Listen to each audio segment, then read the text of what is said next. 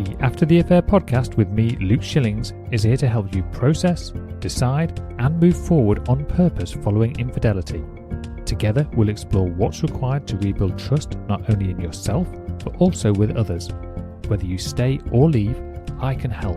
And no matter what your story, there will be something here for you. Let's go.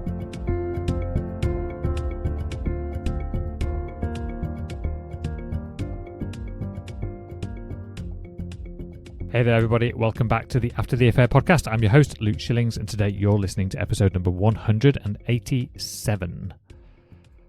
There's an expectation that often sits quietly in the background when you leave a relationship after betrayal, and it sounds something like this. Once I'm out of this, I'll feel better. The distance will bring clarity, that the separation will bring relief, that removing yourself from the situation will remove the pain. And in some ways it does. There can be moments of relief. There can be moments of space, moments where things feel lighter. But then something else happens. The thoughts are still there. The feelings are still there. The impact of what happened is still there.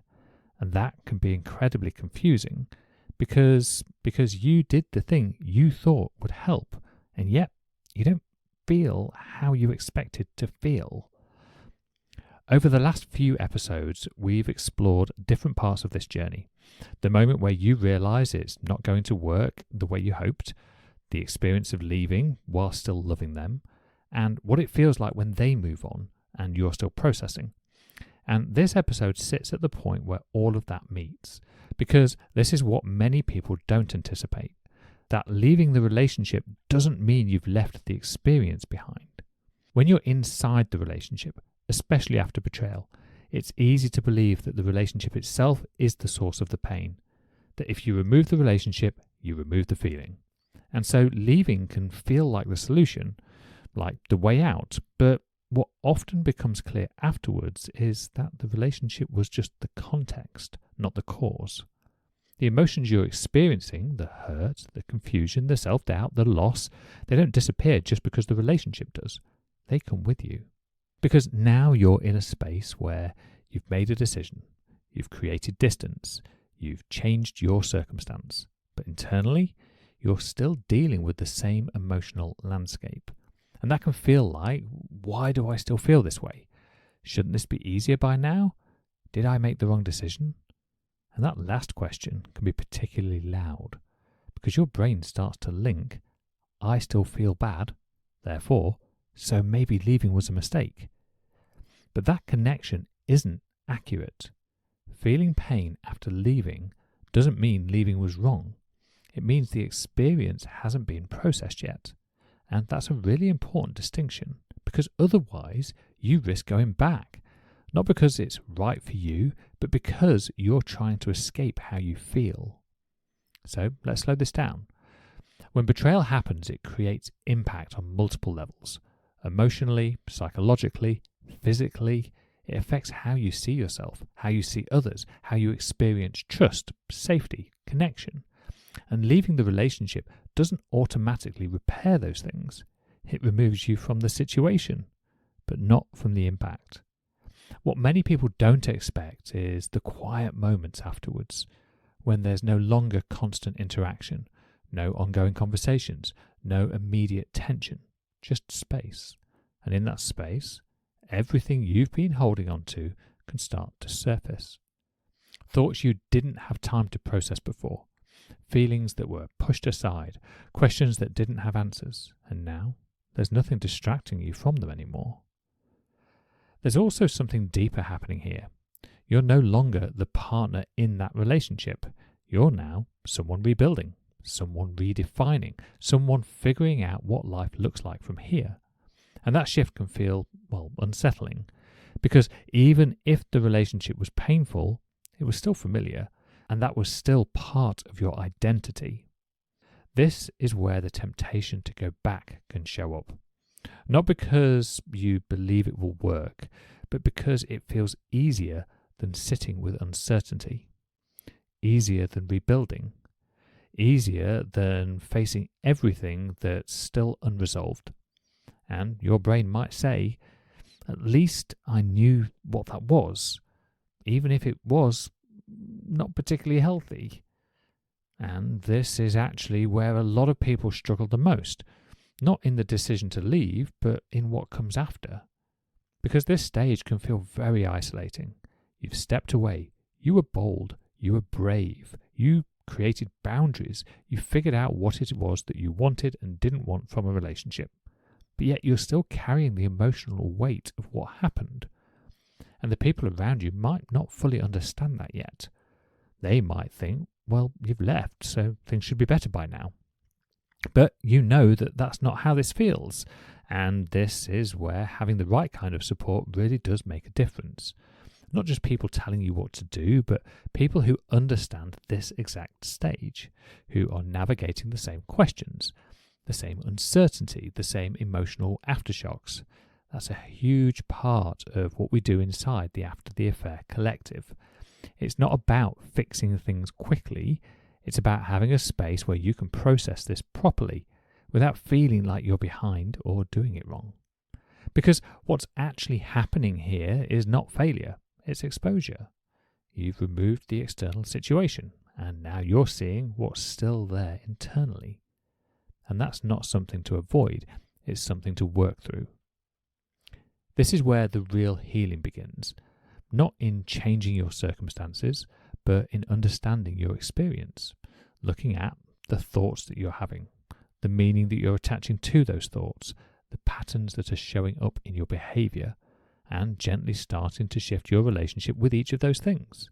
So instead of leaving didn't work, you might begin to see that leaving created the space for me to actually process this. Because before, you were in it. Now you have the opportunity to understand it. Moving forward doesn't always feel like progress. Sometimes it feels like sitting with discomfort, allowing emotions without reacting, letting go of the need for immediate answers. It's quieter than people expect, slower than people expect, but it's also more sustainable. If you're in this space where you've left and you're still feeling the weight of everything, there is nothing wrong here. You haven't made a mistake, you haven't failed, you've simply reached the point where the external change needs to be followed by internal work. Leaving wasn't supposed to fix everything.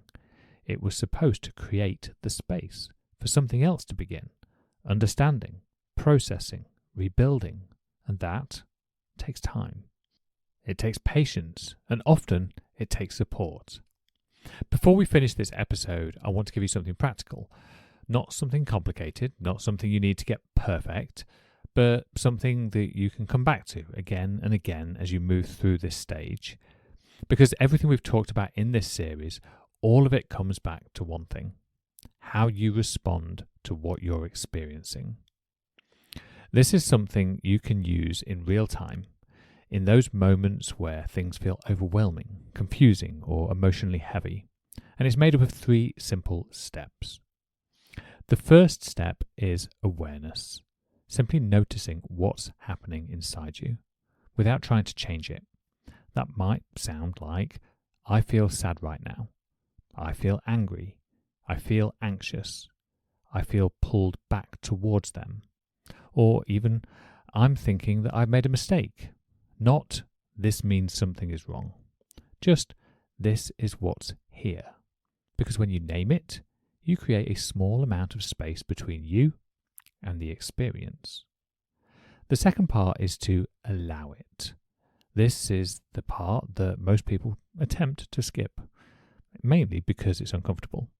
But instead of trying to fix the feeling or distract yourself from it, or even analyze it straight away, just allow it to be there, even for just a moment, without resistance, without judgment, without trying to push it away. And this doesn't mean that you have to like it. It doesn't mean that you have to agree with it. It just means that you're not fighting it. Because the more you resist the feeling, the more it tends to stay. And then finally, choose. Because from that place, you can choose how you want to respond.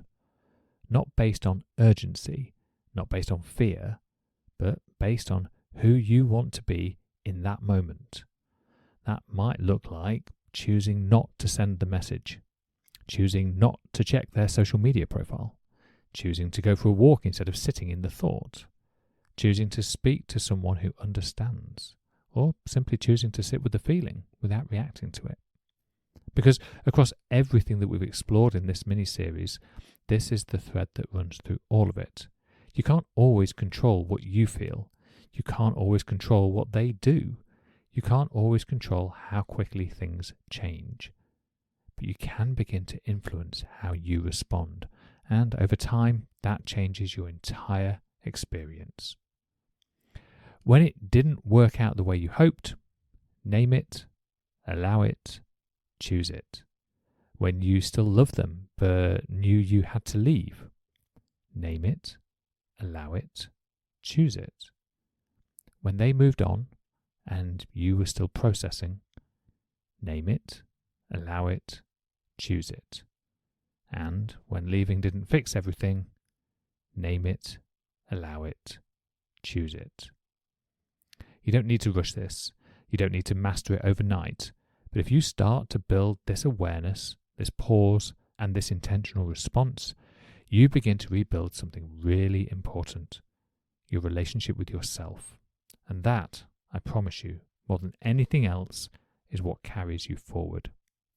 If you're in this stage where you've made the change externally, but internally things still feel unsettled, this is exactly the kind of work we can do together. Whether that's in your personalized one-to-one coaching sessions or in the community calls as part of the After the Affair Collective, where you're surrounded by people who understand this journey in a way that others often can't. You can find out more at lifecoachluke.com, or you can come and join me over at Instagram at mylifecoachluke. This brings us to the end of this mini-series on what happens when things don't work out the way you thought they would. And if there's one thing I want you to take away from this, it's that there is no single right way through this. There's only your way. And learning to trust that is where everything begins to change. I'll talk to you all